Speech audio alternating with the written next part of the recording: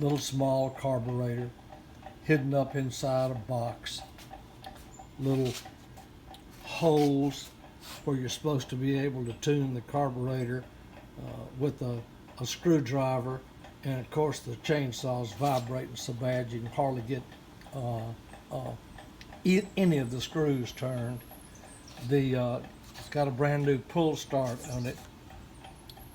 This is the pull start that it was brought over here with. I put a new purge bowl in it, which is working just fine. I had to put a new clutch drum on it. This one is, as you can see, it is completely worn out.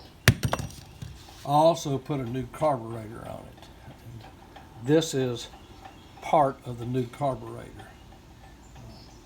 This carburetor came with some large morphodite screws that won't fit into anything else, and the screws would not stay in place.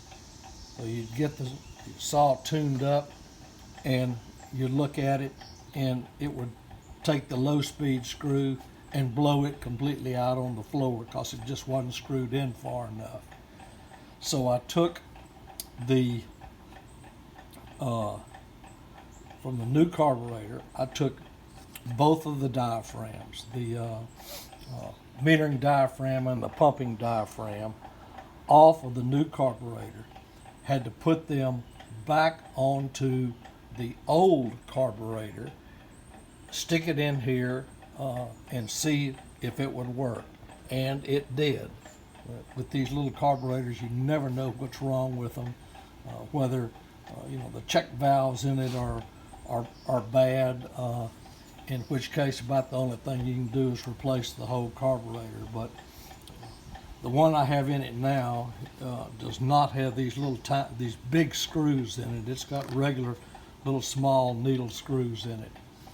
And I also had to replace this squiggly gas line that was inside the gas tank, which, as far as I could see, did nothing but decide or determine that the pickup filter was not going to be in the bottom of the gas tank. So I put a conventional gas line on it, and the spark plug was good. The bar and chain are good, but this thing, that little bitty carburetor stuck up inside there, trying to tune it, trying to fool with these two gas lines.